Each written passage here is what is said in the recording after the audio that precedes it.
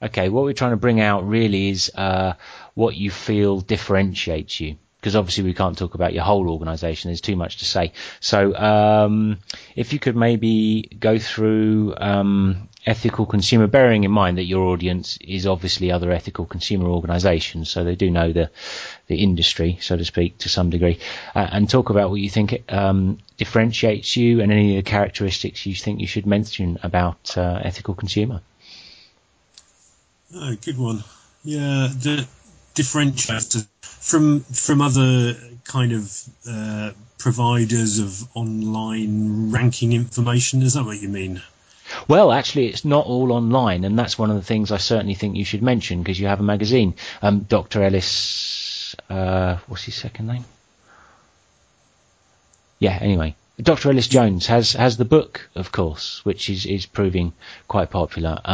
So it's not always online. And in fact, Stéphanie de Maizière from Phosphor has just been talking about the importance of people meeting offline to keep them involved and give them all the sort of things they want. So, yeah, mention the magazine as well, certainly. Okay. I guess longevity, that's one of our key attributes. Indeed. We've been around for doing this stuff for 21 years or something terrible like that, which gives us a perspective on a lot of the change, I suppose. So there's that, and I guess that means that you've gone purple. I guess that means that I do that occasionally. I guess that means that we've got a quite developed system here. I mean, in the way that systems kind of develop complexity over time, we developed really quite a complicated thing here that has online and offline versions. It has scoring. It has probably amongst of all the data that you can get, I think. In fairness, I haven't checked everyone else's data, in the last 12 months, particularly in a systematic way. But we kind of pride ourselves in the fact that the transparency of our data goes all the way down to explaining each individual score, and we think that's kind of key to making that element of it work. I guess we also slightly distinguished by our kind of quasi-commercial approach to the data. There's lots and lots of free systems out there, and the fact that we're trying to generate revenue through sales. So there's a few things that distinguish us. Are there any more you can think of that I might have missed? Well, I think you should mention not just your transparency, but your level of independence and democratic control, in fact, because that is not as widespread as you might think. A lot of organisations might be for profit, they might have investors, etc., etc. So as far as I know, you're also independent and very democratic, aren't you? Yeah, I suppose so. Yeah, I mean, we are a cooperative, and we are controlled by not our workers anymore, but just by a combination of our workers and our customers and some non-execs and stuff. So, and we're as independent as it's practical to be in this game. I mean, I guess with some regret that we've had to become, consultants to industry and campaign groups around the sector in order to make the whole business stack up. Although, I mean, actually we learn as much from doing that kind of work as we teach in many ways. So yeah, I mean, our independence isn't as perfect as I'd like, and I know that for some of the mainstream consumers associations who are completely free of industry influence, the fact that we are not that free is a bit of an issue to them. Indeed. Because I mean, obviously, I'm aware of quite a variety of models around the world for doing this. Just to explain a bit about yours, you use qualitative analysis of third-party journalism. So you have a group of researchers that bring in third-party journalism and score that based on an ever-evolving set of rules, as far as I understand. Is that true? Yeah, well described. I guess, I mean, that was how we started, really. And over time, we've developed more. We spend increasing amounts of research time on analysing what we could describe as corporate response data, CSR reports, environmental reporting, social reporting of all kinds, and policy development and practice development within corporations around all the issues that we do. So that's not kind of it's almost primary research in a way. And I guess as companies get more and more used to consumer markets scrutinizing them for ethical performance, they develop more and more complexity of stuff. And now doing a buyer's guide in 2011, you have to read 20 CSR reports, each of 100 pages each, in order, so that's a lot of additional kind of staff time you've got to fund in order to get a really decent perspective on a sector. Whereas 20 years ago we were just collecting, journalistic. This company's had pollution or exploited this factory or done this, that, and the other. So the level of complexity has moved incredibly in order to deal with the kind of the very sophisticated corporate response that all this has engendered, really. And to some degree, I mean, this is this aspect of our work is one of those areas that we think the potential for international collaboration would be fantastic, because it's it is possible to systematize that work. Analyzing the reporting coming out of companies is, it's less. Politicized isn't the right word, but it's easier. It's less easy to. It's quite easy to find a set of parameters that make sense as a measuring thing for them, and but increasingly, I suppose probably 50% of our research now is instead of looking at journalistic stuff, looking at stuff that's come from corporate CSR departments in response to it all. This is very interesting, talking about the potential for sharing data, because there's an enormous amount of different types of data that could be shared. Of course, there is underlying data, like for instance, if one organisation pulled together all of the political donations from all of the companies, that's underlying data. If someone, however, produces some qualitative scores on something, there's some opinion and modelling going in there, of course, and that's not necessarily going to be agreed by everyone, and thus not possible to collaborate on. And there's all sorts of other types of data, even just a list of company names and their addresses from which you can report on would be shareable, of course. So there's all sorts of things that can be done. And in fact, Ellis Jones also said that it might be interesting to look at the times when the ethical consumer organisations disagree on a score, and between them try to get to the root of where that disagreement comes from. So all sorts of types of collaboration on there. Could I ask you, on another vein, how many users you have?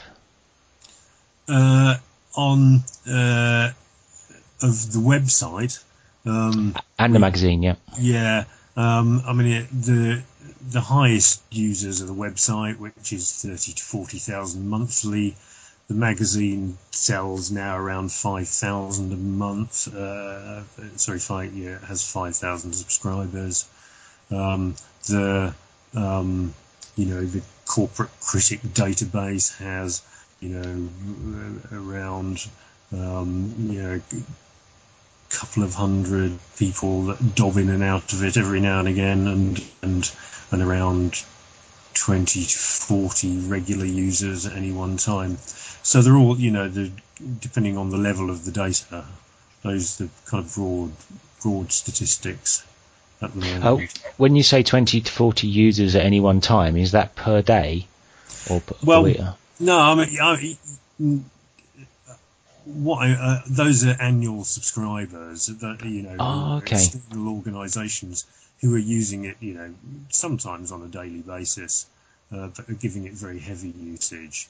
There's a couple of hundred folk who bob in and out every now and again to pick up particular things, and so those are the patterns on it, and that's partly to do with how we charge for use and that sort of thing. Sure. Do you feel any growth rates going on there? Because I mean, you say 200 active users. It feels like it's the same, more or less the same 200 people that bob in and out during the year. Are there any new users coming in? Yeah, I guess there's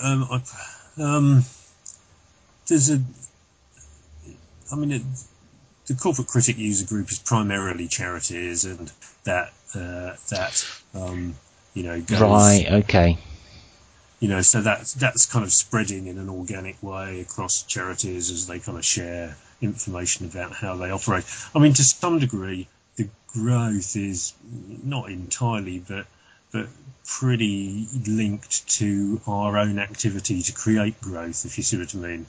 Yeah, absolutely, yeah. If we spend $5,000 on marketing, subscriptions to the website, then we will get commensurate growth unless we're really rubbish at it. But so unless we put back a really bad horse, and again, if we put a lot of resources into marketing Corporate Critic, then we will see growth at that time. As we were talking about the other day, there's not much truth these days to build something and people will come necessarily. The build is just a very small part of the communication equation, really, and it's actually getting out there and telling people about it that's the harder of the two tasks, really. Yeah, sure. Well, I mean, let's talk about marketing, because there's been all sorts of attitudes towards that, and I think there are lots of possibilities and changes going on in marketing these days. I mean, you've talked about what I would call marketing 1.0, which is you spend £5,000 trying to advertise something and you get X £1,000 back in new subscriptions. And of course, the general model is that you then plough some of that back into marketing and you grow your company, assuming that, of course, you make more money from your marketing than it actually costs, which isn't always the case. I mean, that's one model. There's also these other models which can involve attempting to virally spread ideas, which is for anyone very much a black art still, how you actually create something that can virally spread through communities. Are you looking into that second type of marketing? We have, we now, one of the things that we introduced this year is we now, as a part of illustrating our story, really, the ethical consumer, the story, we take the most interesting, we have researchers that add stories to our database every day, and we now ask them to, post the most interesting story that they've added into a little box, and then we select the best box at 3:00 every day, and then we Twitter and Facebook out that story that we have as a story of the day. And, sometimes they get picked up and sometimes they roll, depending on how good the story is. Very often it's come from somewhere else. So it's like, we're almost like sometimes we're retweeting someone else's press release that came out that morning. So sometimes it becomes part of a bigger picture of putting out a story about corporate misbehaviour, but sometimes it is genuinely just our own, something that we've stumbled across and done. So, and I guess it drives traffic, and and we're 3 months into that program, and we're going to keep going on it, and that seems to work quite well. And like all viral stuff, I think we found that one of the best approaches is to scattergun, because you don't know what's going to get picked up. And once every 3 months you find that you've just hit a vein and off it goes. So yeah, I mean, that's not a dark art. That's that's a very exact science. It just doesn't work very often, not often repeatable. Yeah, it is. It's very difficult, isn't it? And it'd be wonderful if we could figure it out and engineer it, of course. And of course, ethical consumption and all the data can appear quite dry. It can appear quite negative and be boring. And the process of being an ethical consumer is actually quite a lonely one. There's no kind of social aspect to it, offline, certainly. These facts about a lot of the way that people ethically consume make it quite an unenjoyable task to be involved in. Do you have any thoughts on trying to change that? I know that's an enormous question to make it. Yeah, to some degree, it's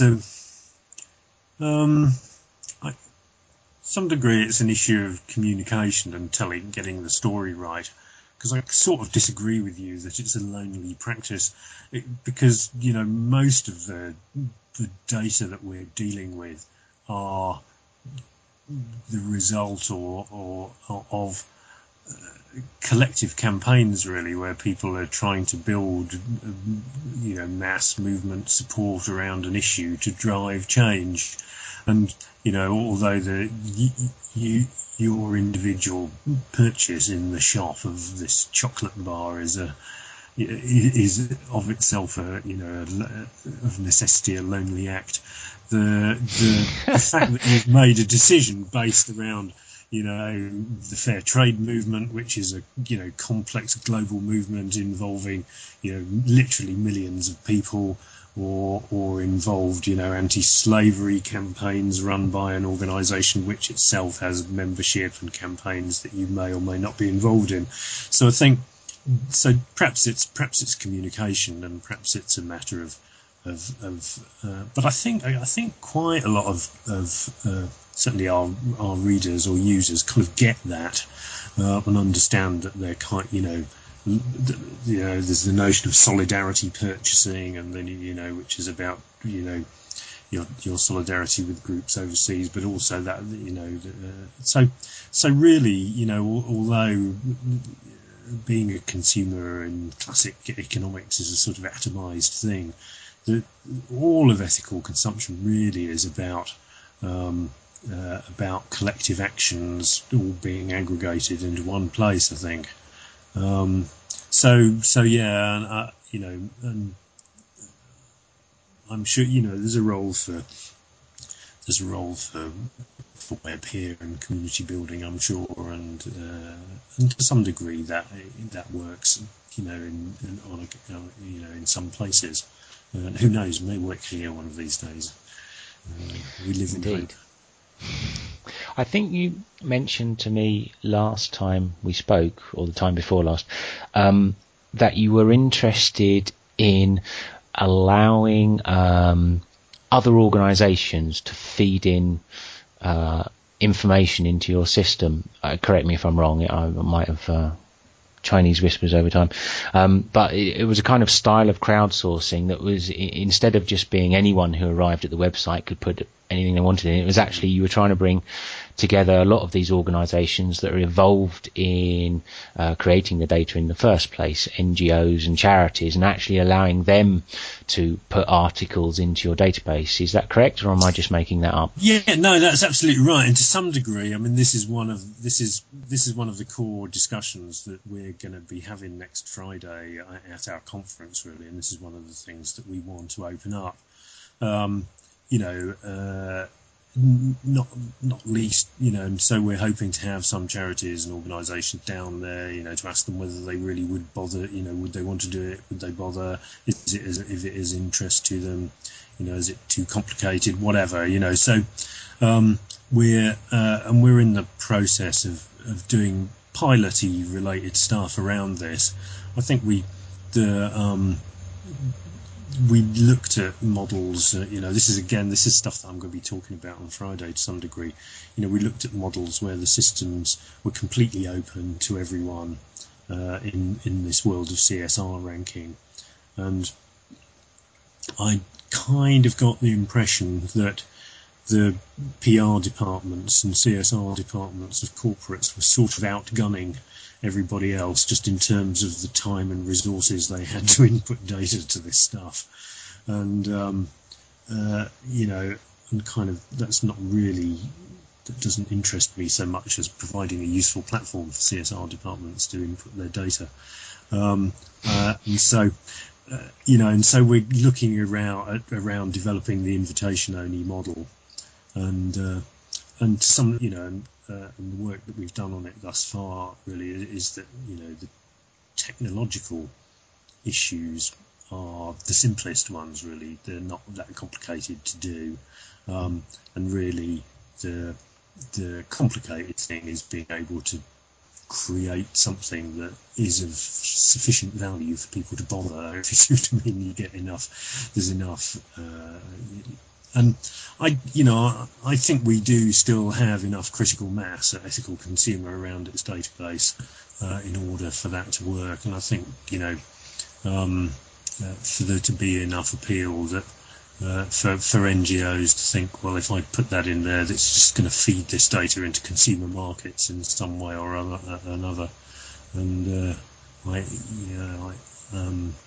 I hope that we're going to be able to make that story stick, if you see what I mean, and get folk to do it. And yeah, and again, stuff I'm going to be talking about on Friday is we've already got a test thing working in South Africa at the moment with an organisation out there. And we're the interesting story for me, being geeky and loving to look at the detail, is that we're modifying the data that we have, the database, so that we can store data very specifically that applies to that region. And they've asked for new categories on companies' HIV policy, which in South Africa is pretty important, and our company's attitude to black empowerment and hiring on the staff, which again is a kind of labelling system that they have out there, completely new. So it's quite exciting for us just to see that taking shape, kind of using the core database that we have and building bits around it to make it work somewhere else in the world. Can I touch on something you just said? Because you talked about convincing NGOs that it's worth it to put information into your database. One thing that would be key there, of course, is how much of an effect they think it's actually having. What sort of feedback can you really give about that database? Because it's very difficult. I mean, obviously you can't say, okay, we convinced 20,000 people to buy this product instead of that one this year, because you don't really get that information from the magazine or the database, do you? So, I mean, can you really give people feedback, or is it really just guesswork? I mean, one of the key things that campaign groups are in this for is to change company behaviour, really. And that, in a way, consumers are just, or the purchasers are just the conduit here of the idea to the company, and it's the company that and what it's doing is the thing that people are actually trying to change at the end of all this. And we do have concrete examples of companies who come to us about their Ethyscore being, either upset that we've got it wrong and telling us how and scoring it instead, but more often, just to some degree, they are, through that score and their mark against their arch rivals, they're looking to understand what they can do to move up the ladder. They understand, corporates, understand this rivalry and competition and all this stuff, and it speaks their language. And we've got lots of examples of companies who looking at this system pick up on things that they have to do to improve and go away and work on it, and so we know that this is, we know that it's having an effect in the corporate world. Perhaps, it's not pulling oil companies out of Antarctica or anything kind of, particularly fantastic like that, but it's having meaningful effect on, the way companies approach their supply chains into China. It's having meaningful effect on the way that companies are reporting some of their environmental and social impacts and communicating that and developing complexity around how they're managing impacts. So we've got that kind of example, which I think to some degree is more compelling than going, we've got kind of 50,000 consumers using this data. Right, yeah, of course. Okay, that's half an hour.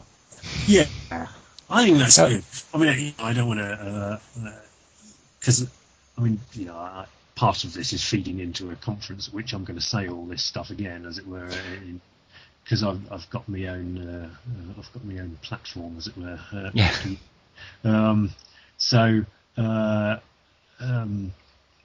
Hopefully it will go in a more coherent way.